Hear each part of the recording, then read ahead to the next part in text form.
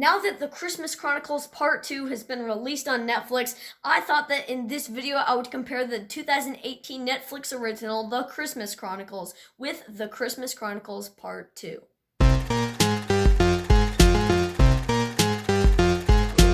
Hi, my name is Gabriel and I love to rank movies, review movies, and watch movies. If you can relate, consider hitting that subscribe button and know that everything I'll be saying about these movies is just my opinion, and I'd love to see yours down in the comment section. But with that said, let's get started. Round 1 is plot. The Christmas Chronicles tells the story about two siblings, Teddy and Kate Pierce, that think of a plan to catch Santa Claus on Christmas Eve while he's delivering toys. But when the plan goes haywire, the kids join forces with Saint Nick and his trusted elves to save Christmas before it's too late. Even if you haven't seen many Christmas movies, which I highly doubt is the case, this film does a great job at establishing these characters without coming off as repetitive, even though this simple storyline about kids catching Santa has been done before. Anyone could quickly pick up on this fast-paced film. While there are some pop culture references, it never forgets the main focus of this film.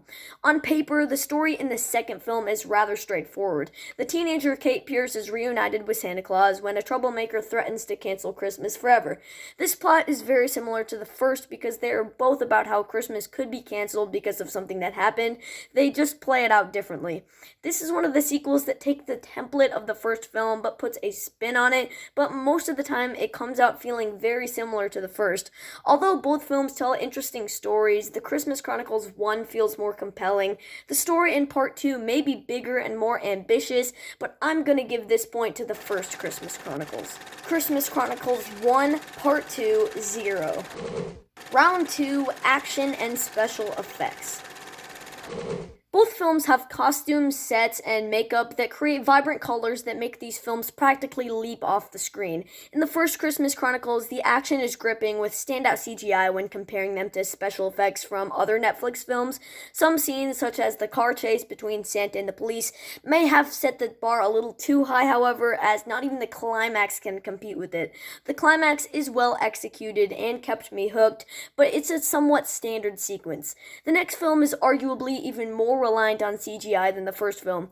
Even though the first film has good special effects, compared to the other Netflix films, the CGI in Part 2 feels more polished, making us believe that some characters like the reindeer and Jola the Yule Cat are actually there.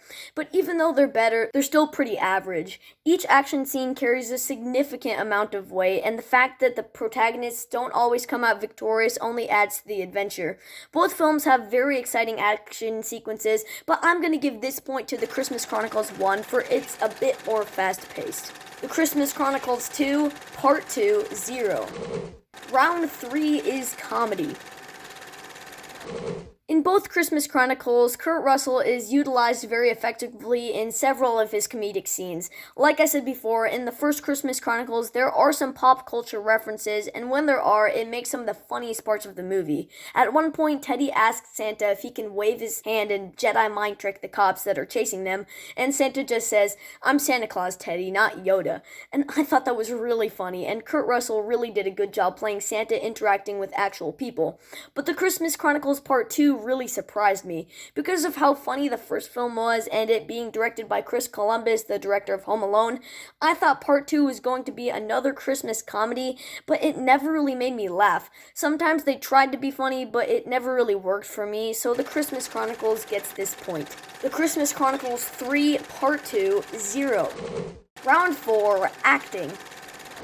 In the Christmas Chronicles, they casted the top-notch actor Kurt Russell, who plays Santa, who is known for his work on The Thing and other very popular movies, and the child actors were fairly decent too.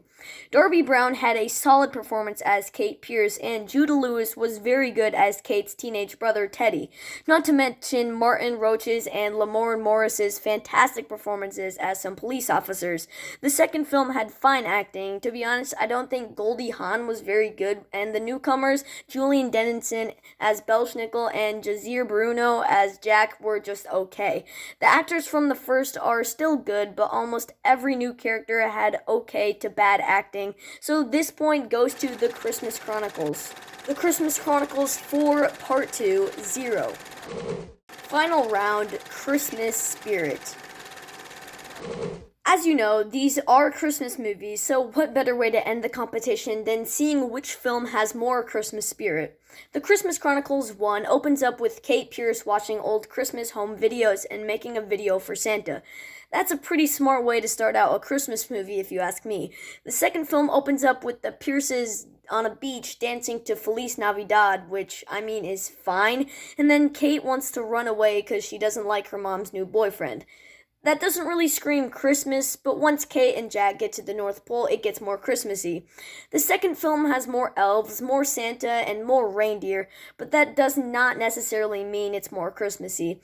The first film is constantly saying jokes about Christmas and Santa, and it's really just a fun movie that makes me pumped up for Christmas, so The Christmas Chronicles gets this point.